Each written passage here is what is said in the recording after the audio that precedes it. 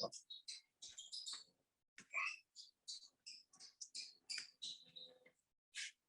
me just pull the book up.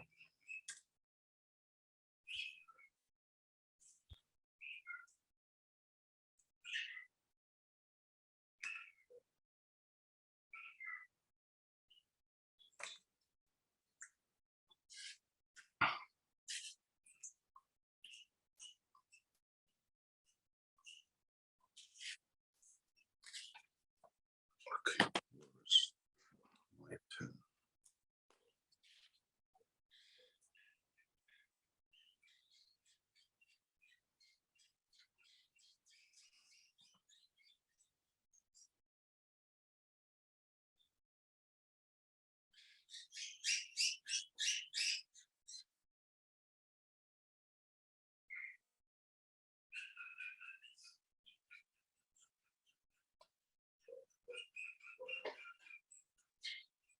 بسم الله الحمد لله والصلاة والسلام على رسول الله وعلى آله وصحبه ومن والاه وبعد. Insha Allaah ta'ala, in this coming weeks, we will be studying a very unique book, which is a letter that Shaykhul-Islaam Ibn Taymiyyah rahimahullah wrote as a wasiya, as a reminder, as advice, as an advice to someone who asked him a question, then he replied to him. And Shaykhul-Islaam Ibn Taymiyyah rahimahullah is known to all of you. He's a scholar who lived in the 7th century and died in the early 8th century, died in 728 Hijri, and he was born rahimahullah in 661 Hijri. Ibn Taymiyyah, I'm not going to talk about Ibn Taymiyyah rahimahullah and his biography and his life, because this is something that required a special class and special talk, and I'm sure you guys are very familiar with his life rahimahullah ta'ala. But what I would like to say, that Shaykhul-Islaam Ibn Taymiyyah rahimahullah, you will get to know him more as you read his book more. When you read his books and his works, you will get to know about Ibn Taymiyyah rahimahullah so much.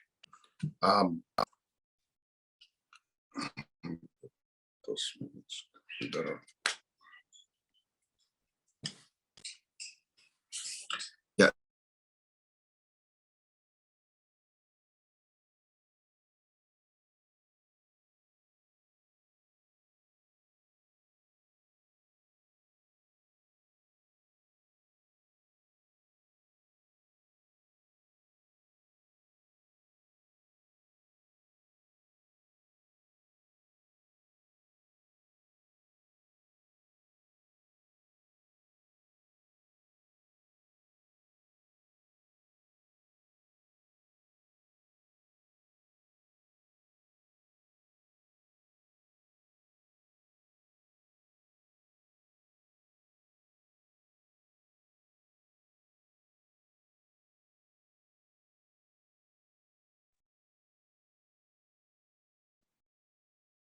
Okay, yeah, we can't hear the Sheikh.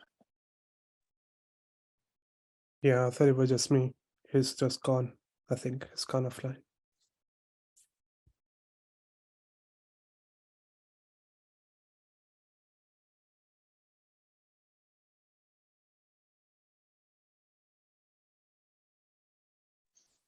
Yeah, can you hear me now?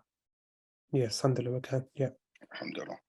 Okay, so I was saying earlier about Shaykh-al-Islam Ibn Taymiyyah rahimahullah ta'ala, that he is encyclopedia, a scholar who have not only excel in madhab al-Hanabila, which is enough knowledge, but also he was rahimahullah, he understand the other madhab as well. Not that he understood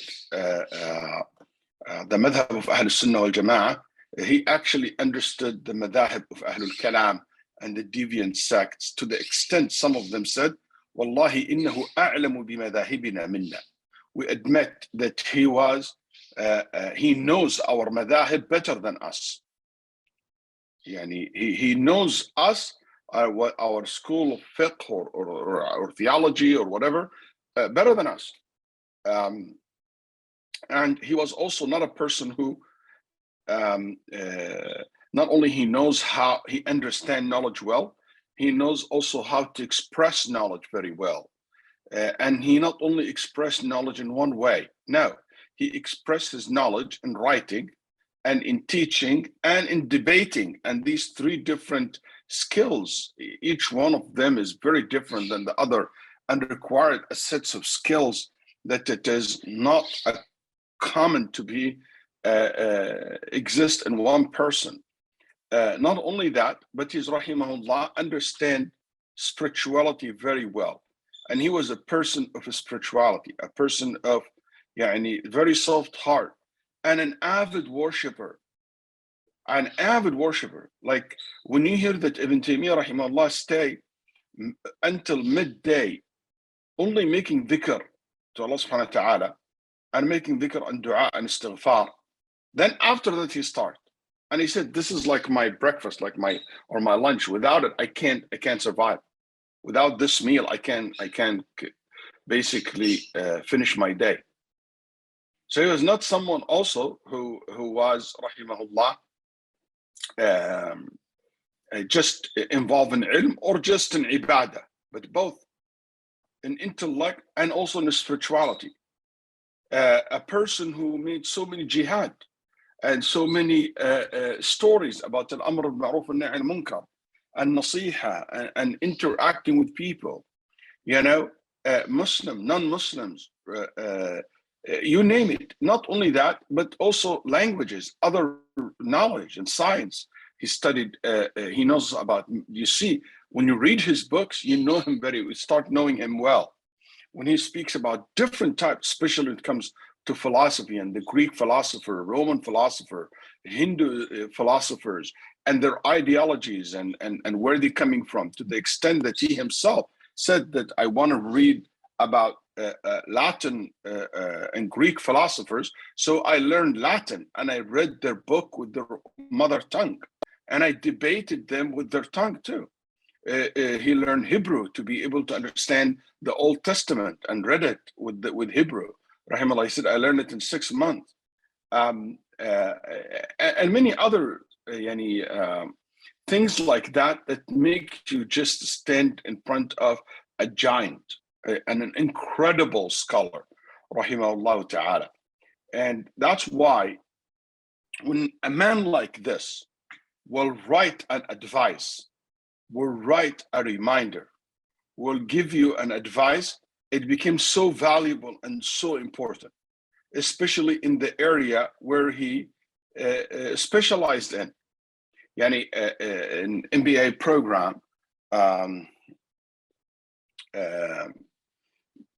in the in businesses, these big universities proud of bringing very successful businessmen and women to come to give lectures or to speak about their success. That's right, as an expert in matter, and that's what make these programs very valuable. These university so and so, they got the CEO of Apple to give a talk or to teach a course, or School of Economic brought this professors who was blah blah blah, or Harvard expert university. You always get the value of this university by the caliber of the people who speak or the people who give advice, and the students will be very smart, talented, because of this kind of exposure to the work of experts. So what about someone who's like Ibn Taymiyyah rahimahullah ta'ala, who I just point out just very few things to think about to understand how of a great scholar this man was, rahimahullah ta'ala. I hope that you will enjoy this book and you will enjoy this reminder, and not only to enjoy it, but also to benefit from it, as he will tell you how in the beginning of his advice and his letter, rahimahullah ta'ala. This book published and explained by many scholars over the years. Many ulama cares to teach their students this book and to read this book because of the value of it, because of the concept of the letter, because of what it focuses on, because how practical it is, and unique subject or subjects actually in the letter, rahimahullah ta'ala, as he wrote to someone who asked for an advice. It's known as al-Wasiyyah as-Sughraa.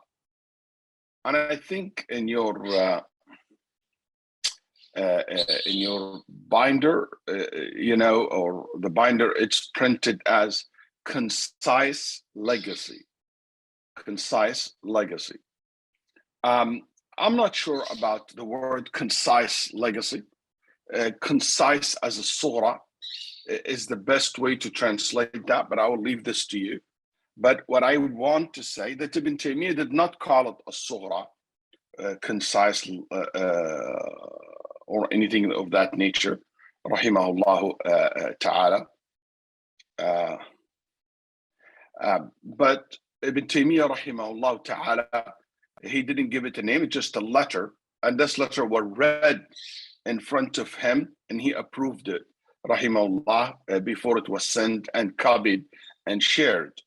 And it's nothing private in it for that particular person. So it was shared for people to benefit from it. Al-Wasiyyah, it means a reminder, okay? Or al-Wasiyyah usually refer to something valuable. That's why we call al-Wasiyyah, it is the will that you leave for your family. You call it Wasiyyah. So anything valuable, you put it in that will. You didn't say in your Wasiyyah, by the way, I have 3 pair of socks I'm leaving behind. You don't do that, okay? But you put the thing of value. So al-Wasiyyah usually related to something very valuable.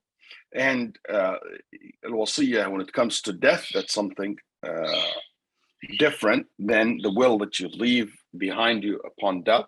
That's something that you study in the books of fiqh, and any will in Sharia contain 5 points, as you might know by studying the fiqh of death and the fiqh of al-Wasiyyah, which is the will.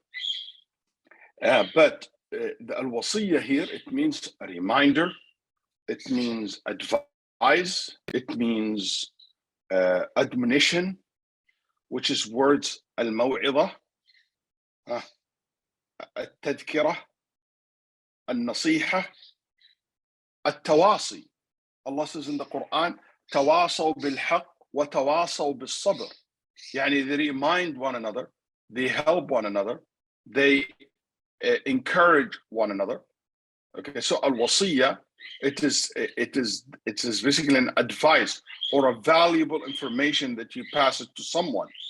شرع لكم من الدين ما وصى به نوحا. Allah have ordained for you from the religion what he have made as a wasiyyah to Nuh. Wasiyyah to Nuh, it's not a will, no, it means as a valuable information, a valuable nasihah, advice that it was given to Nuh.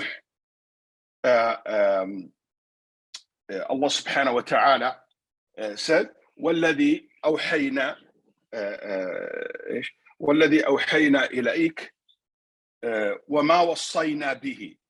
That's what we revealed to you and what we advise you with. وَمَا وَصَّيْنَا بِهِ. Advise who? إبراهيم وموسى وعيسى أن أقيموا الدين ولا تتفرقوا فيه. That advice was given to Ibrahim and Musa and Isa, that establish the religion and don't be divided, don't differ, don't dispute, don't have a dispute over the religion. Allah says in the Quran, وَوَصَّيْنَا الْإِنسَانَ بِوَالِدَيْهِ حُسْنًا. We have advised, we have reminded, we have we're giving it, there's an admonition for mankind to be good to their parents. Also, Nabi sallallahu alayhi wa sallam says, ad-deen al-nasiha. The religion is al-nasiha. So, al-Wasiyyah, giving an advice, writing an advice, giving a reminder, passing information that's important to people that you think they will benefit from it. It is in the heart of the religion. Ad-deen al-nasiha. Religion is nothing but an advice. Like the Nabi sallallahu alaihi wasallam said, al-hajj arafah. Al-hajj is arafah, which it means it's the heart of the hajj, the backbone of the hajj. Okay, like the backbone of the rules and the act of worship is arkan al-Islam, amuduha as-salat, which is as-salat, the most important one in it. And Allah said, وَذَكِّرْ إِن نَفَعَتِ الذِّكْرَى. Remind when you think the reminder is, or when you know that reminder will be beneficial. فَذَكِّرْ إِنَّمَا أَنْتَ مُذَكِّرْ. You're a person who gives a reminder. And Allah subhanahu wa ta'ala says that only about the kafirin, لا تحبون الناصحين. They don't like the one who advise. So from this, we understand that the word wasiya, here, it is equal to other words that the Sharia have used. Al-nasiha, al-maw'idah, admonition, advise, a reminder, a tadhkira, a tawasi, helping one another by encouraging one another, and so forth. So this is something that it is very well established in the Sunnah of the Prophet sallallahu alaihi wasallam, as well as in the Sahaba radiallahu anhum. So in Nabi sallallahu alaihi wasallam used to remind people, and Ibn Abbas used to remind people, and to write to his friends. And I'm saying this because I hope that reading this book will encourage us to apply not only the content of this wasiyyah and this nasiha and this letter in our life, but also the concept of seeking advice and giving appropriate advice to people. That this is something that is well needed in our life today, well needed and so much needed in a time where people are weak, when fitan are strong, where mistakes are done. And instead of just talking and backbite and speaking about it in social media, there is something called nasiha, wasiya, a tadhkira. And al-wasiya could be a correction. You correct something wrong, or it could be without you asking even. It's not about I saw something wrong in you and I'm trying to correct it. No, I'm trying to give you an advice that's something that will help you in the future. كان ابن مسعود يتخولنا بالموعظة خشية السآمة. كان ابن مسعود, he gives every Thursday a reminder, an admonition, so we will not be bored. And also, so it will be effective if every time you see your kids, every time you see that, I have an advice for you, son. خلاص ذبحتني. You're killing me, man. Take it easy. Every time after salah, there's somebody giving a maw'idah. Take it easy. It doesn't work this way. It has to be also in the appropriate way, in the appropriate time. But al-maw'idah is so beautiful. As I said, it might, you see something and you give an advice about it, or you just initiate the maw'idah. Al-Imam Ahmad rahimahullah came to Harun al-Hammal in the night. Then Harun al-Hammal was so happy to see Imam Ahmad, and he said, welcome ya Imam, this is not the time that usually Imam Ahmad would come to visit someone in the night. Then Imam Ahmad told him, today I passed by you while you're teaching, and there is something in my heart. I couldn't go to sleep while I having it in my heart. Then Harun al-Hammal was like concerned. What would be that thing that Imam Ahmad rahimahullah have seen or heard from me this morning that it made him not able to go to sleep? Then he said, I saw you today in the morning teaching the students, and there are so many of them around you. Most of them were sitting in the sun while you are sitting in the shade. Ya Harun, next time when you teach, sit where most people sitting. And if there are most of them sitting or all of them in the sun, don't be sitting alone in the shade. Sit with them in the sun. When you hear this, okay, it really shows you how much that those Imam care about the small, the big, to improve people's character. Shaykh bin Baz rahimahullah given advice to a brother. He's not a brother, he's a sheikh, great sheikh, just not a brother. He's a great sheikh, a great da'iyah. And this scholar, da'iyah, was asked about how, mashallah, he's very effective in da'wah. Then he said, what the thing that benefit you the most in college? He said, upon graduation, in the graduation ceremony, they bring out also honorary guests to give a speech. So it was Shaykh bin Baz, rahimahullah. And he gave us an advice that is the most beneficial advice I learned in 40 years of studying in Kulliyah Dawah, in the Kulliyah of Dawah. He said to us, make sure that you always leave before people leave you. When you give a talk or khatira or a class, you leave before people leaving. Don't stay too long until everybody starts leaving the class. I mean, they are bored. قال دائما انتهي قبل أن ينتهي منك الناس أو اذهب قبل أن يذهب عنك الناس. These examples are so many. When you read in the history of the ulama that they used to write to each other. Sufyan al-Thawri wa Ibn Awn, the greatest scholars of Ahl al-Basra, rahimahullah, from Ahl al-Sunnah, wa Mu'aadh ibn Jabal al-Jazari, all of them been reported that they said that كان العلماء, when the scholars, when the student of knowledge gather, they will remind each other. And now we talk about people who lived in that time of the tabi'in, of the successors. And when they are not together, they are in a different countries, in different cities, they used to write to each other. So what is that thing that when they gather, they remind each other of? And when they depart from each other, travel, let's say in Hajj, they see each other, they mention this to each other. Maybe when they go back to their country, they will write letter and would cross rivers and deserts and mountains until it reached that scholar, that letter. What's in that letter? What is that they used to write for each other that is so important like this? They said, "I'lam, no. Man aslaha sariratahu aslaha Allahu alaniyatah."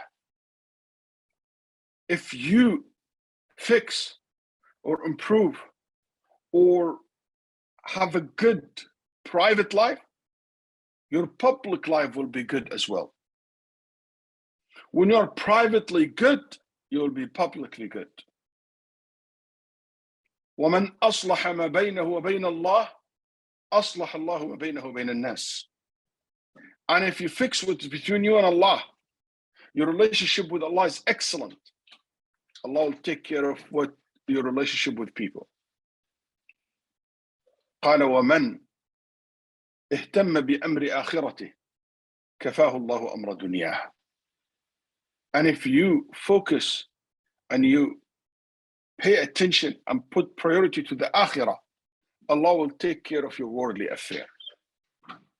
These are the three things that they used to remind each other for. What a great advice, rahimahumullah ta'ala. And يعني al-A'mash in his time wrote a very powerful advice to the people of Kufa. In al-Kufa, there is a fitna happen, a dispute that almost people start killing each other. There is different groups, and it was a very big, dispute reached to the level of a physical violence and a break in a war, split the city. You know what he said to them? I said, I just said the 3 points.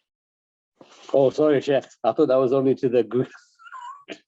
I got the first and the third one. The second one I missed. I was too busy thinking on the first one. Okay. So the first one is, the second one is, أصلح ما بينك وبين الله. Fix what's between you and Allah. And Allah will fix between you and people. The third one, put your priority in al-akhirah, and Allah subhanahu wa ta'ala will take care of your dunya. طيب. As I was saying earlier, in Al-Kufa, big fitna happened and a split happened. So, you know, Al-A'mash rahimahullah, see, that's the role of the ulama, the role of Tullab al-Ilm, the student of knowledge. They don't just be quiet, they give the advice. He wrote, Rahimallahu mra'an malaka lisana. May Allah have mercy on someone who will control his tongue. Wa kaffa yadah, and control his hand. Wa araja ma fi sadri, and start healing their hearts. That's what you all need to do right now. So all groups went back to reflect upon this advice of Al-A'mash, rahimahullah, Sulaiman ibn Mahran. And it was said, and that ended that dispute. And no fight, nothing happened after that. No need for any extra talk. Yeah, when you read Ibrahim al-Adham, one of his students, Ibrahim al-Adham is a great avid, ascetic, avid worshipper. Somebody asked him from a distance, give me an advice. He said, عليك بتقوى الله. I advise you to have taqwa of Allah. الذي لا تحمل الذي لا تحل يعني الذي لا تحل معصيته. The one that is not allowed for you to think for a second or to ever think that you can disobey him. يعني ولا يرجى غيره, and the one also that you have no hope in someone other than him. And even if you make a mistake, you know that he is the one that you always seek help from him to protect you from him. Anyway, then he said, اتق الله, have taqwa of Allah subhanahu wa ta'ala. فإنها عز, it's an honor. وقوة, a strength. وشبع وري, to be sufficient for you like water and food. قال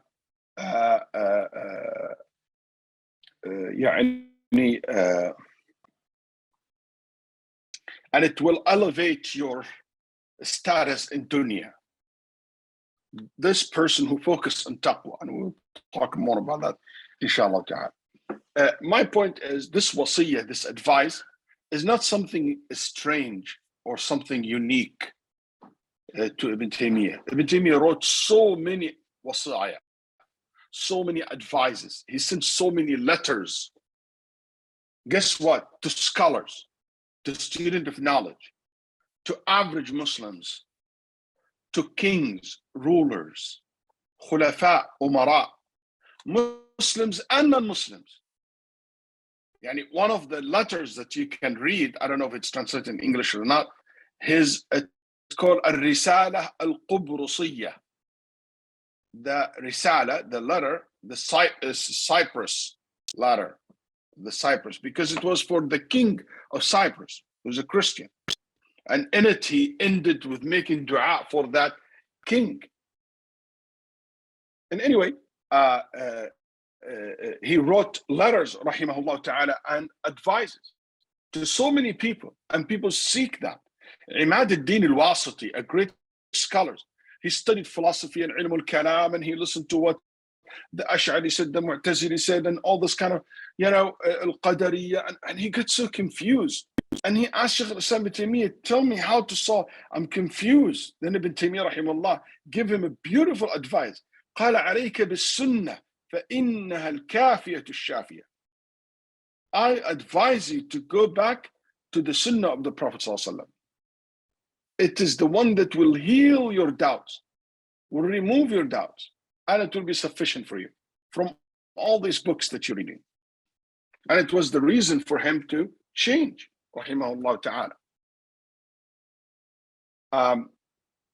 Why it is called al-Wasiyyah as-Sughraa?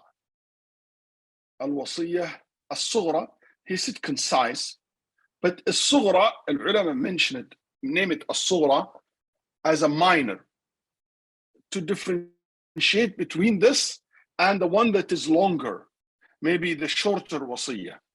But there is a longer one. Is this longer one to the same person? No.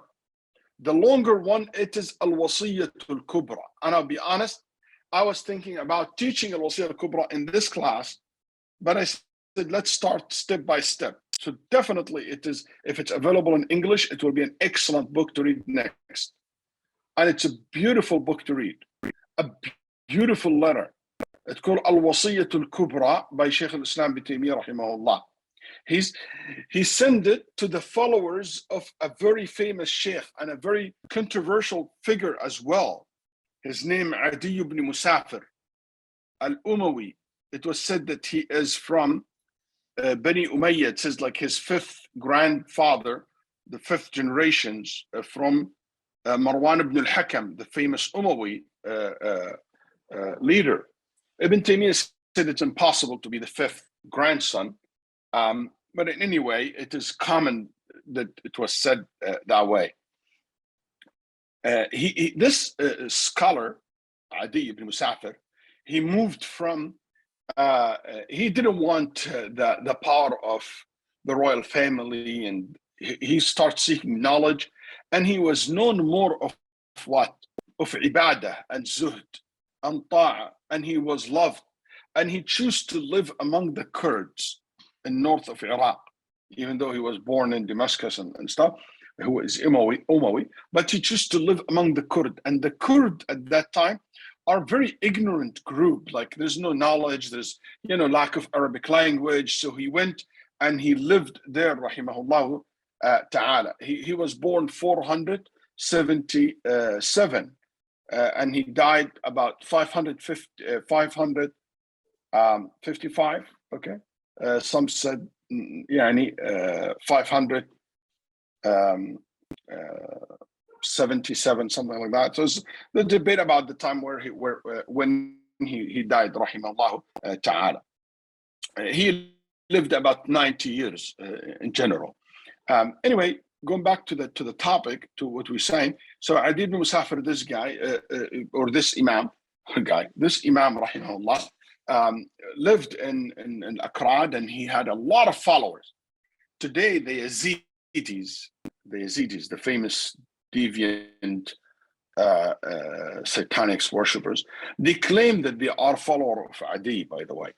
And Adi became a legend, and his followers were known for being an extreme love for him, and they are so dedicated to him. They loved him so much, they honored him so much. And by the way, he spread sunnah among them. Okay? He spread sunnah among them, rahimahullah. He has a book, which is a published book by a great scholar from Iraq, his name Hamdi Salafi. He died, rahimahullah ta'ala. It's called اعتقاد أهل السنة والجماعة, the Aqeedah of Ahl Sunnah wal Jama'ah. And Ibn Taymiyyah quote a lot from his book as well. And many other mention his book. He's a great imam, yani. This is not the time for it. If we teach the book, I'll talk more about him. But I'm saying this because to show you that this advice was to the follower of Adi, and it focused on different areas. Rahimahullah ta'ala.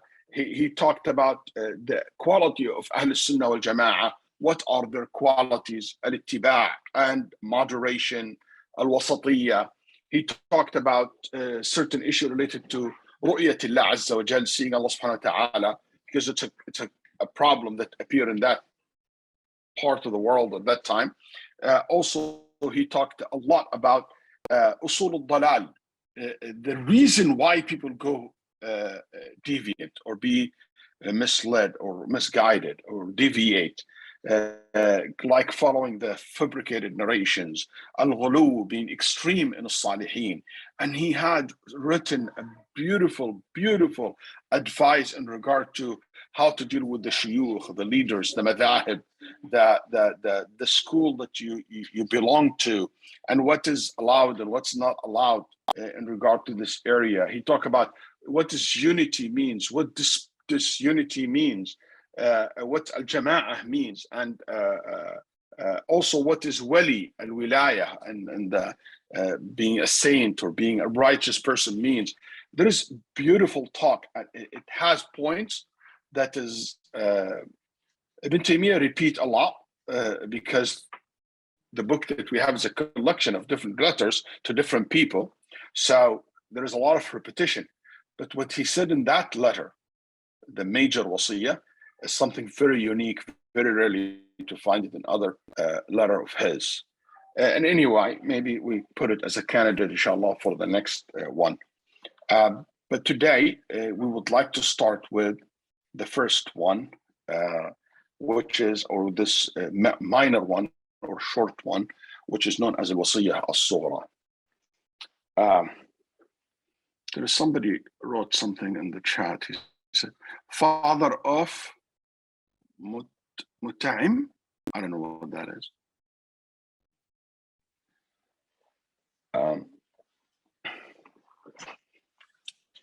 There is a group called al-Adawiyin, al-Yazidiyyin. Al-Yazidiyyin, because one of the things that he spread in Iraq, because as you know, Iraq, there's a lot of Shia, a lot of bad talk about Yazid. So it was said that he defended Yazid ibn Mu'awiyah, and he spread positive things about the Umayyads in general, because they used to call them Yazidis. And so people who hated Adi's work and his defense of the Umayyads call his followers Yazidis.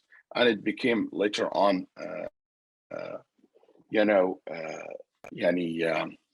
name for them and developed. SubhanAllah, he entered the Kurds into Islam through the gate of Sunnah. But generation later on, the follower of him, they're not true followers, but those who claim to be a follower of him, generations down on the road, took those people out of Islam from the gate of Sufism, because they were extreme Sufis, and their Sufism reached to a level that take them out of the fold of Islam, and they're not even Sufi anymore. But that's another story in another day, inshallah ta'ala. Let's read, so at least we start something from the book today. And as we did before, we're just going to be reading and commenting as it's needed. Rahimahullah ta'ala. Now, Reading from the question, Bismillahir Rahmanir Rahim. The question, Abu al-Asim al-Qasim bin Yusuf bin Muhammad al-Tajibi. So I'm not sure if Bismillah ar-Rahman ar-Rahim part of the original text. Okay, I'm a little bit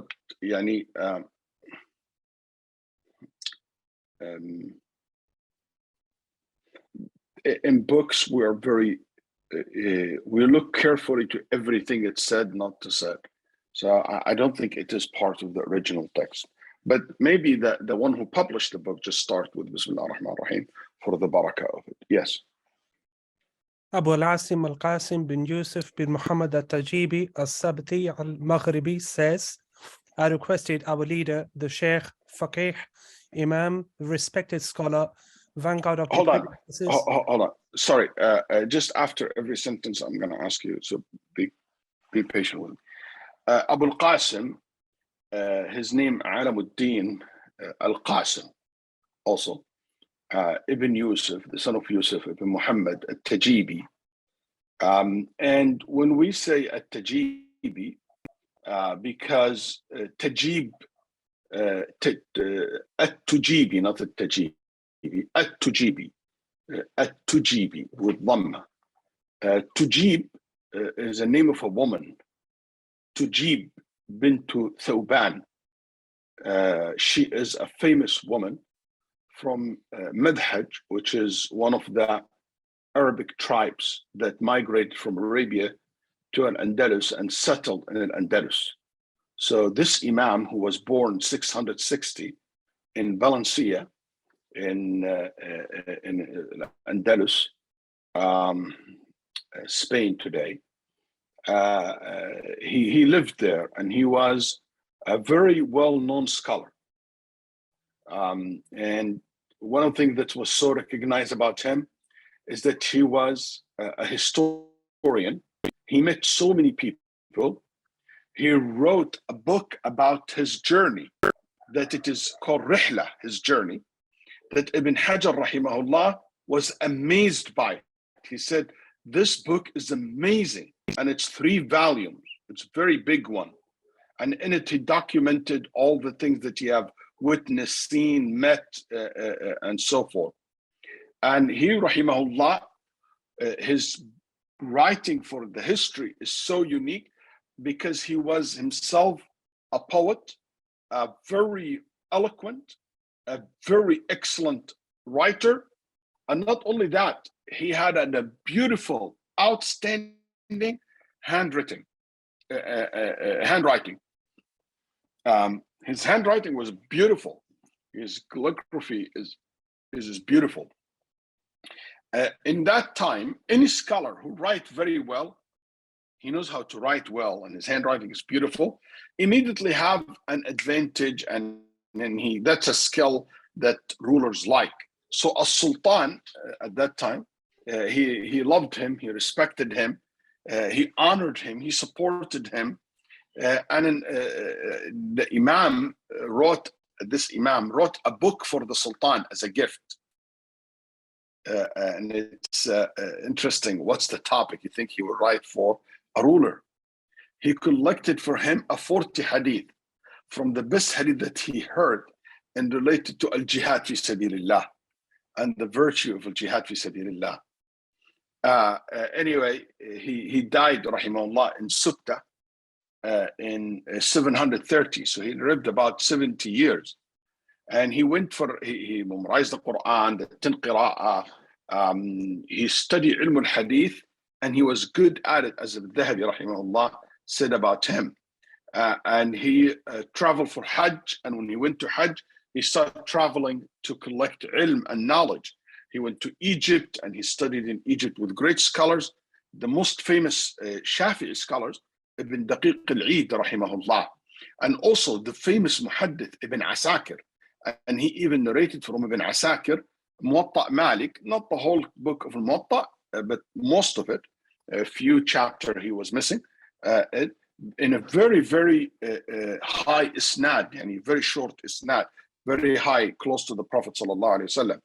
Speaking of high isnad, yesterday, or before yesterday, Shaykh al-Kittani, rahimahullah, passed away, and he is in the North Africa, from North Africa, and he has the highest isnad in hadith in the Muslim world today, rahimahullah ta'ala. He died in 100 years plus of age, rahimahullah. And anyway, so this Imam, he met Ibn Asakir, rahimahullah, when in his mid-30s or at the end of his 30s. And also he met so Ibn Asakir, Ibn Daqiq al-Eid, and obviously he met also Shaykhul-Islaam Ibn Taymiyyah, rahimahullah ta'ala. He read many books with those ulama, with those imams, and collected ahadith. They call him the great noble muhaddith. Why I am telling you all this, okay, why I'm like putting some like emphasis on this issue, so you will know the value of what he's going to say right now about Ibn Taymiyyah, and also to see a man of that caliber asking what kind of advice. Okay, you might say, yeah, Sh.Waleed, but doesn't mean he was in that caliber when he asked for advice. Oh, but he was in his mid-30s. And he was not just a teenager kid. He was still a student of knowledge, a very high caliber of alim. So let's see. And definitely he was an alim at that time. And if some of you can tell me where we can get that he is an alim by that time. He met so many. He's a scholar by that time. He's very respected student of knowledge in his time. And you will know this from what he's going to say right now. Go ahead. I requested our leader, the Sheikh, Faqih, Imam, respected scholar, vanguard of the predecessors, leader of the later generations, river of the deen, expresser of rare and wonderful ideas with great eloquence and literacy, the most knowledgeable person I have met in the lands of the East and West, Taqiyuddin Abu al-Abbas Ahmad ibn Taymiyah. May Allah enable us to continue benefiting from him. To advise me. Hold on. So he said, he described him, rahimahullah ta'ala, as with very interesting descriptions. But the one that he's saying, this scholar who met many scholars in the East and the West, that Ibn Taymiyyah is the most knowledgeable person that he ever met. And he said, Qudwatul Khalaf, a role model for the later generation. I'm comparing between the English and the Arabic, okay? In the Arabic, it says, the vanguard of the predecessors, huwa baqiyatu salaf. Yani he is the one resemble what's left from the predecessors, from the early generations. Some people are true representative of the early generation. I heard Sheikh Abdul Razak Afifi rahimahullah said something very interesting about Sheikh bin Baz. He said, bin Baz, ask him, what do you think of Sheikh bin Baz? His tears start coming down. And that's something I know of, and I witness it as well. I know it happened before, and I tried it, and it worked. Because I heard that he cry when he talks about bin Baz. So I asked him, his tears start coming down. And he told us in his house, rahimahullah, قال bin Baz, that a man who doesn't belong to this century. Bin Baz is a man belonging to the first early 3 generations. Yani he belongs to the early generation, to the Salaf, to the Sahaba time, Tabi'een time, Atba'at Tabi'een time, and this area. As if Allah subhanahu wa ta'ala took him from that time and kept him, saved him until our time to make him come to our time, to make him exist in our time. So we can see with our eyes something represents that generations. And that's what this Imam Abu al-Qasim rahimahullah saying about Ibn Taymiyyah rahimahullah when he said, Baqiyatu Salaf, what remain from that predecessor. And I think that's more powerful than just reading vanguard of the predecessor. I don't know where he got that vanguard from. Isn't vanguard means the protector or something like that? Isn't it? Hello? Yes, Adashe, that's what it means. Yeah. Yeah, but he said Baqiyatu Salaf, the remaining one from as-Salaf. Anyway, maybe it's a different copy. I don't know. They used. Then he said, according to the copy that you guys have, the one I have, it doesn't have all this. Leader of the later generations, revival of the deen, expresser of the rare and wonderful idea with a great eloquence and literacy. Most knowledgeable person I have met, that exists. Most knowledgeable person I have met. But all the other ones that basically these descriptions of him, rahimahullah ta'ala, I'm not sure if it is a different copy that the one that I have or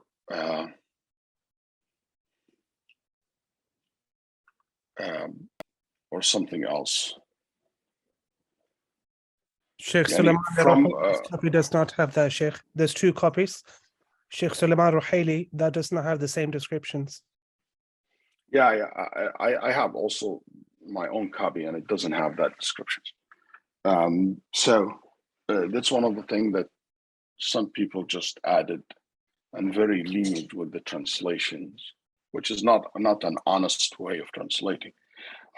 But anyway, we have to look into the introduction as if they have other copy different than the copy that we have. Anyway, so he said he asked Shaykhul-Islaam Ibn Taymiyyah rahimahullah ta'ala questions, or to basically, he said, I have met the land, you know, Abu Abbas rahimahullah. He requested him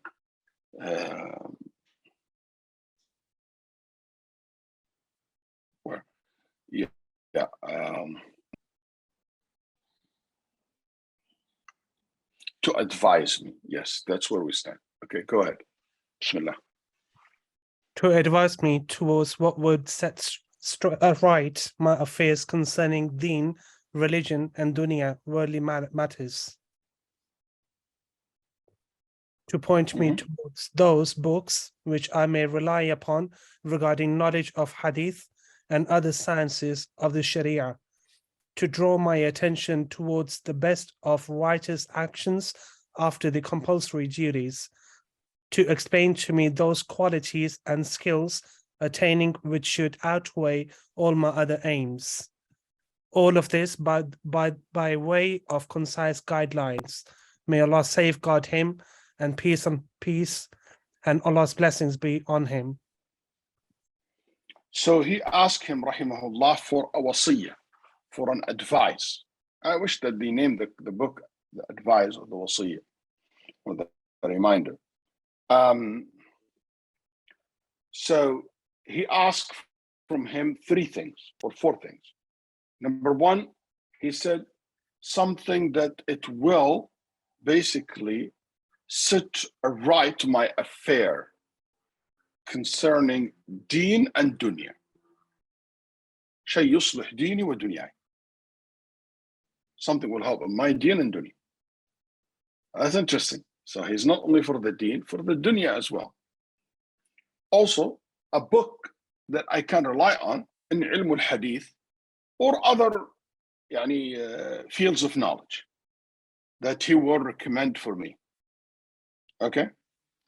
And also, he wants him to tell him about what is the best of deeds, afdal al-a'mal, after the obligations. What Ibn Taymiyyah think is the best of deeds that I can do, or he advise us to do, after fulfilling the obligations. And arbahul makasib. What is the thing that if I gain will be considered, okay, the most valuable thing that I ever can gain in this dunya? ويبين لي أرجح المكاسب. He translated in a kind of interesting way. He said, explain to me those qualities and skills attaining which should outweigh all my other aims. I don't know what that means. But what I know, the Arabic one is أرجح المكاسب. Al-makasib, it means the thing that you will earn in this dunya. That's why maksab, it means profit, earn, something that you earn and you profit and you gain. So what's the thing that it will be the most profitable thing that I ever can gain in this dunya? Okay. What's the most profitable thing that I ever can earn or gain in this dunya? And I want this to be what? Concise. Short. And al-ima. Al-ima, it means, al-ima, it means hints. You don't need to explain. Just give me the guidelines. Guidelines are beautiful. And I don't know what it means. The details, I don't need. May Allah subhanahu wa ta'ala preserve him. Wassalamu al-kareem alayhi wa rahmatullahi wa barakatuh. And he said, and The translation is, may Allah safeguard him. No, he said, and may as-Salam, which is Allah's name, and al-Kareem, Allah's name, to be upon him.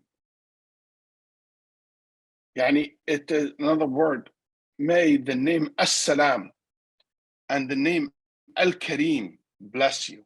May you be blessed by the name as-Salam and al-Kareem. And what as-Salam? Perfection. What al-Kareem? Perfect. Al-Kareem, it means the perfect one. As-Salam is the one perfect, have no nothing missing, nothing is wrong on him. Perfect.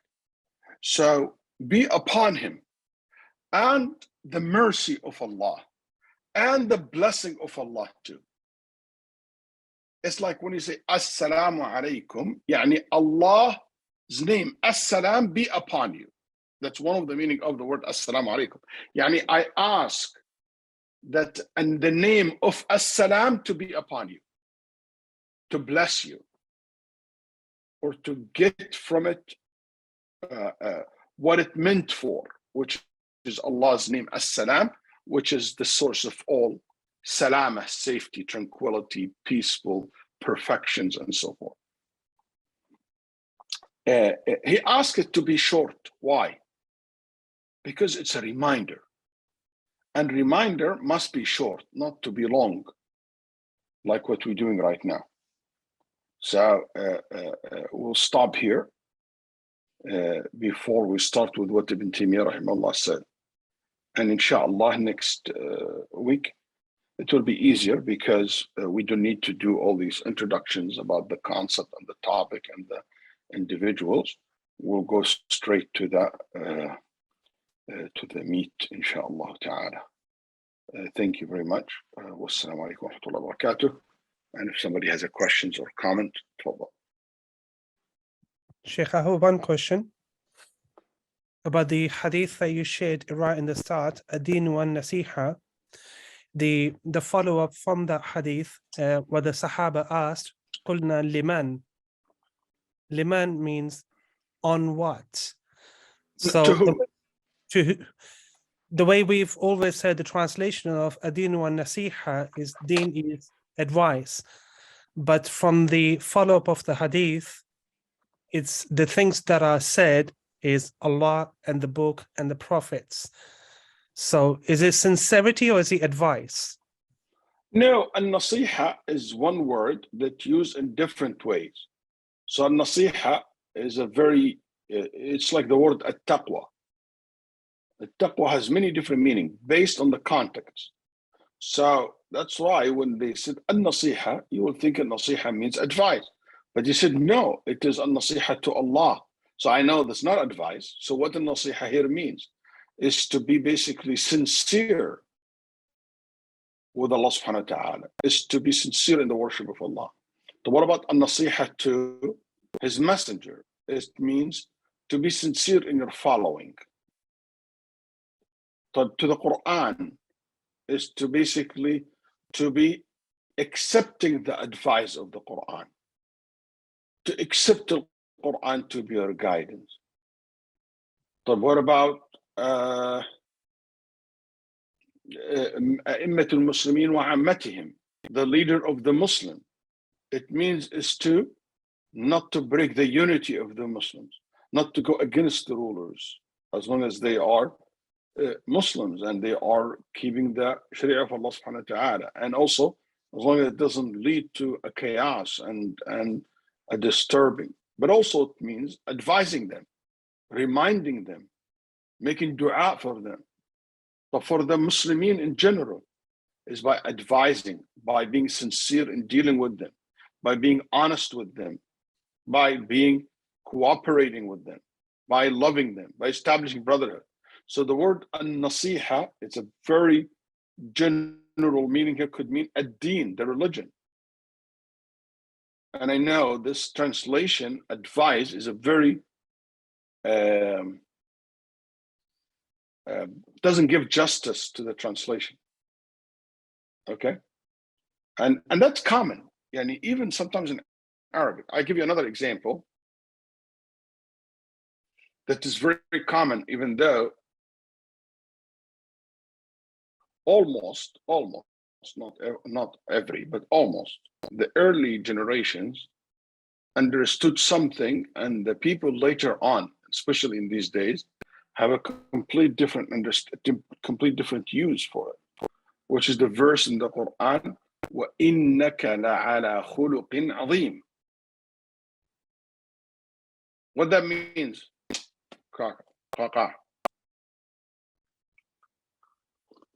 That he created him with the best of manners. وَإِنَّكَ لَعَلَى خُلُقٍ عَظِيمٍ to Muhammad sallallahu alaihi wasallam. Have you heard this verse before? Yes. Always refer to khuluq, which it means good manners. You have the best of manners. That's right. That's usually how the translation is. Do you guys agree with me? Yes, that's right. Yeah. There are 16 people on this call. So do you guys agree with me? You can unmute and say yes, no. So I feel at least there is.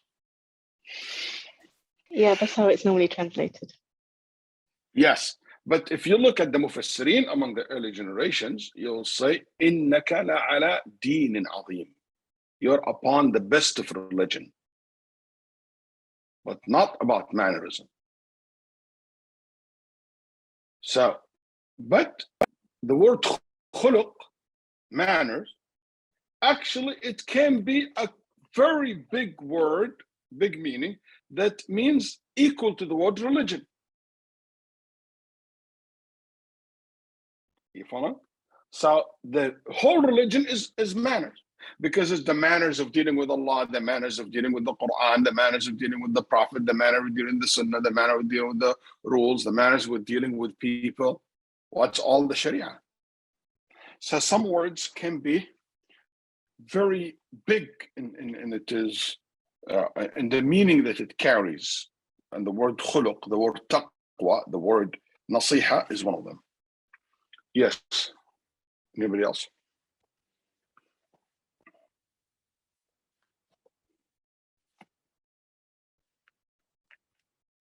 The other interpretation for this verse, وَإِنَّكَ لَعَلَى خُلُقٍ عَظِيمٍ, is your practice, Ya Muhammad, of the religion is azim, is great. The first one, which is the most common, is that the religion that you practice is great. So great, azim, is a description to the religion. Some said, no, it's a description to the practice of Muhammad sallallahu alaihi wasallam.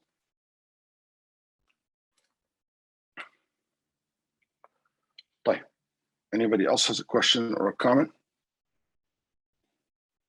Inshallah, looking forward. I hope you guys excited about it, because I am definitely excited about the book. And looking forward, inshallah ta'ala, to read it. Hopefully, inshallah, in